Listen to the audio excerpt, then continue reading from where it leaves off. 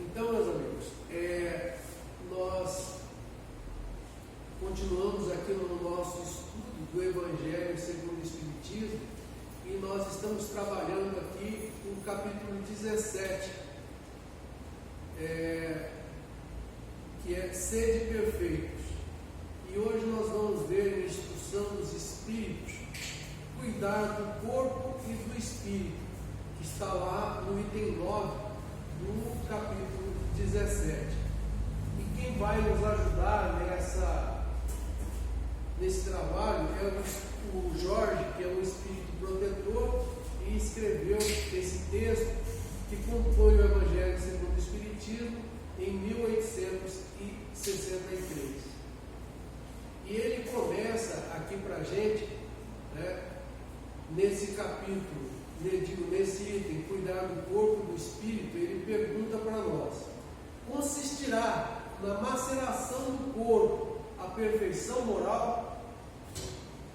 Então, vamos ver as situações. É claro que aqui, de caso presente, na nossa situação atual, vou dizer, vou sacrificar o meu corpo, porque o meu corpo não serve de nada. Então, assim, isso seria uma pessoa que teria aquela tendência ao suicídio, e para ela a vida dela não significa nada.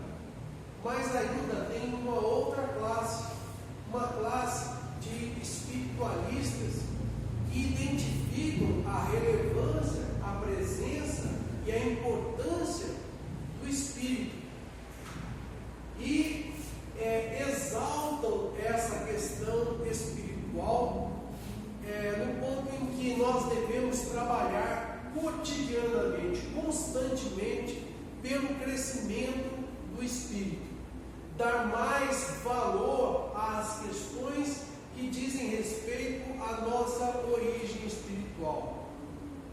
O fato é que tal coisa não pode se dar sem o corpo físico. Então não há como menosprezar o corpo físico e exaltar o espírito. Temos que trabalhar em conjunto. O fato é que nesse nosso mundo de relações, em que as sensações, os sentimentos, as necessidades físicas são prementes e atingem imediatamente as nossas condições físicas, nós acabamos nos envolvendo com todas essas questões de forma a apagarmos a existência e a importância do espírito. Então, temos fome. Para que nós consigamos sobreviver, nós temos que matar a nossa fome, de alguma forma possível, realizando trabalhos, buscando de várias formas uma possibilidade para que nós continuemos vivos, continuemos sobrevivendo. O corpo, quando reclama de forma muito contundente.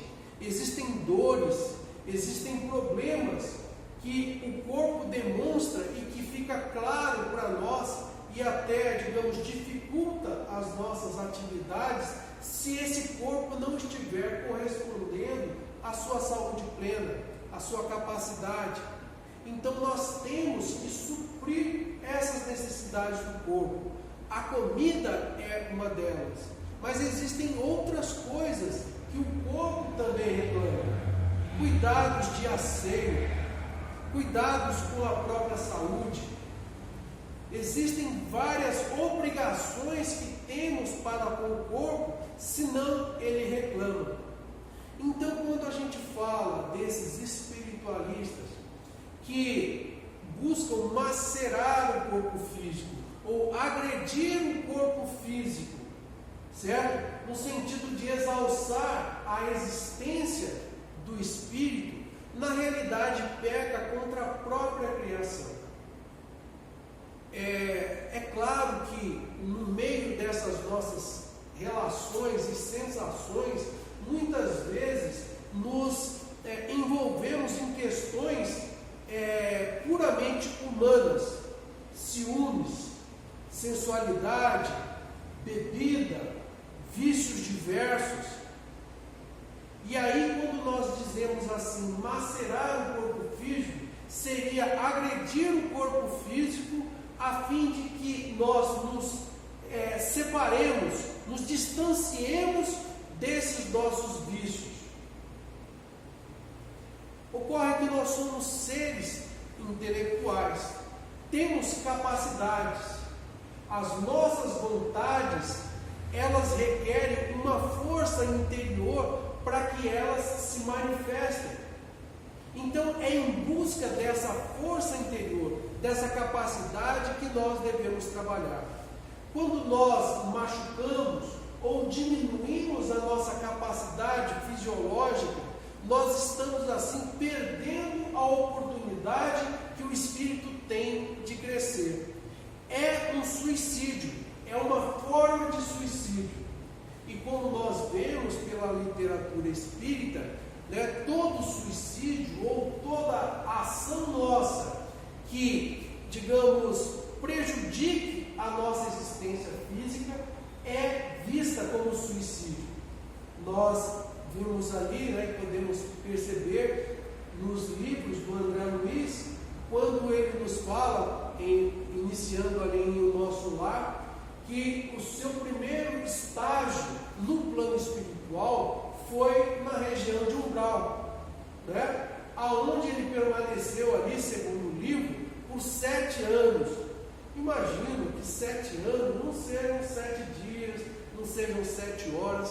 7 anos é muito tempo, certo? Às vezes falamos assim, foram 7 anos. Não, 7 anos. 7 anos é muito tempo. Em virtude do quê? Em virtude dos seus vícios, os vícios que ele nutria. Mas o André Luiz, E quais eram os vícios?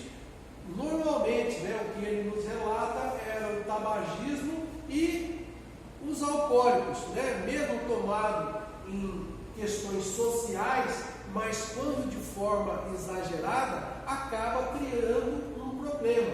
E quando você junta esses dois, realmente ele cria um dano, tanto no corpo físico, como no corpo espiritual. E isso foi o que levou ele, é claro que, olha só, esses dois vícios, eu tenho e tudo bem, eu não machuco ninguém, eu vivo bem com todo mundo, não. Normalmente esses vícios, eles trazem consigo comportamentos, basicamente egoísmo, vaidade, preconceito. Então, são vícios que não vêm sozinhos, e ele os tinha. Mas se nós lembrarmos da figura de Paulo, que perseguiram os primeiros cristãos, que ele queria matar os cristãos que discordassem do judaísmo que era pregado à época, que se mostrassem como uma opção ou como uma nova visão àquela ideia de Deus trazida pelo judaísmo. Na realidade, ele era um ferrenho defensor da lei. Sabe aquela pessoa corretíssima, que hoje em dia a gente chama de chato, certo? Aquela pessoa que quer fazer tudo certinho, que é um chato, Paulo era um pouquinho mais chato do que isso, ele era intransigente, certo? Mas ele tinha os princípios, ele tinha os conceitos, ele só não tinha a verdade. E por isso é que Jesus disse: conhecereis a verdade e a verdade vos libertará.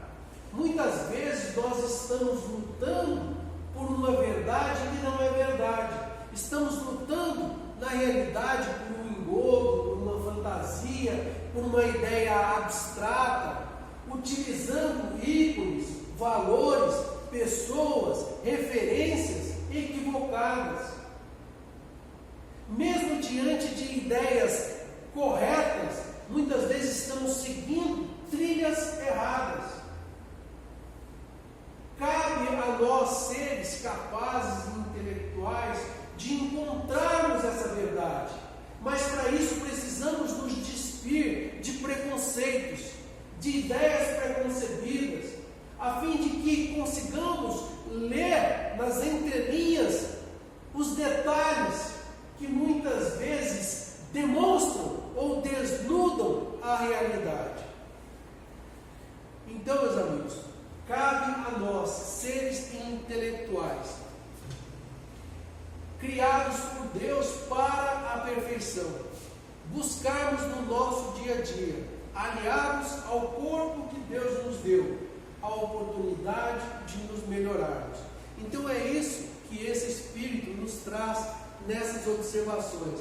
E quando ele faz essa pergunta aqui, consistirá na maceração do corpo a perfeição moral?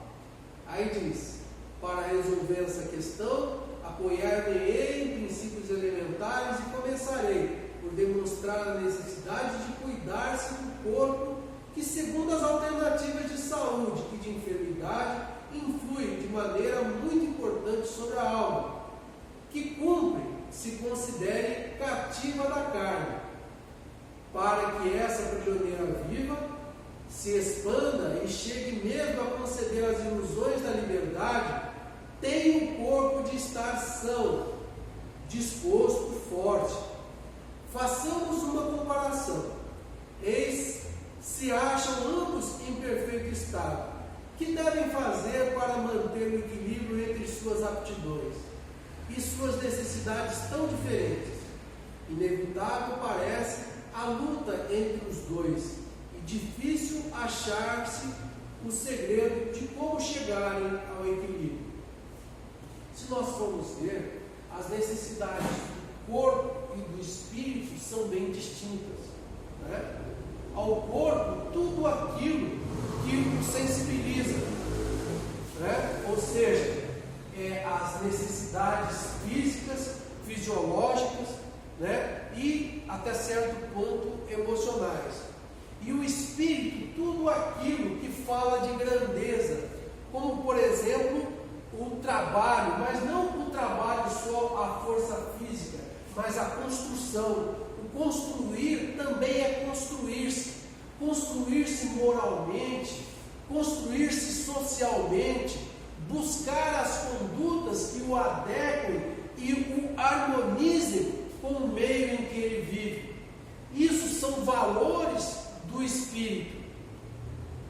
E é claro que tem questões em que eu, dentro das minhas ações, ajo equivocadamente, eu posso causar um prejuízo tanto ao corpo quanto ao espírito.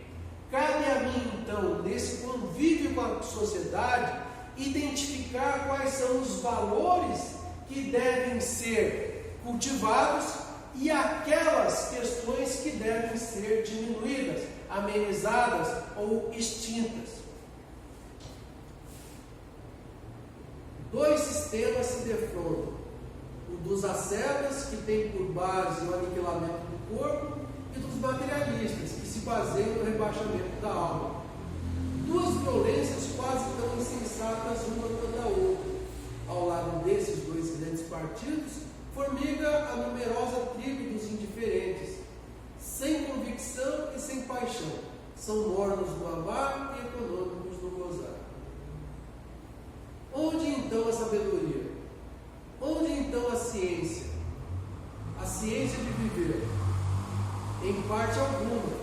E o grande problema ficaria sem solução se o Espiritismo não viesse em auxílio dos pesquisadores, demonstrando-lhe as relações que existem entre o corpo e a alma, e dizendo-lhes, por se acharem em dependência mútua, importa cuidar de ambos. Amai, pois, a vossa alma, porém, cuidai igualmente do vosso corpo, instrumento daquela. Então, amar o nosso corpo. Amar o nosso corpo é também respeitar o nosso corpo. Como eu disse, questões como, por exemplo, a higiene e os cuidados básicos, né? A aparência também nos é porta de piada hoje aqui, que um companheiro nosso, né? Ele procura não se trajar muito bem, né? Na realidade, ele cuida pouco da aparência e, de certa forma, assusta as pessoas, né? Então, poderíamos dizer, é misoginia, né? Até que não, mas é claro que ele poderia cuidar de si mesmo. Nesses poucos contatos que a gente sempre aproveita a oportunidade para conversar alguma coisa. Mas o fato é o seguinte: quando uma pessoa desiste da própria vida, ele aceita qualquer coisa. Para ele, o dia amanheceu, pronto. Certo? Eu não tenho mais nada. Eu tenho trabalho hoje, vou trabalhar. Não tenho, fico aqui. Né? E interessante que ele gosta de uns áudios, né, que ficam falando assim de intrigas, de brigas entre pessoas, né, de desavenças entre famílias. Ele também gosta daquelas coisas assim de assombração, né? Ele fica o tempo todo ouvindo esse negócio, né? E assim, eu até falei para ele que essas coisas acabam condicionando a gente a uma perspectiva muito limitada da vida e acaba preenchendo os nossos espaços com imagens ruins, imagens conflituosas, e acaba que eu me distancio das outras pessoas pelas minhas preferências. Então, cuidar da mente é saúde do corpo, é saúde da alma.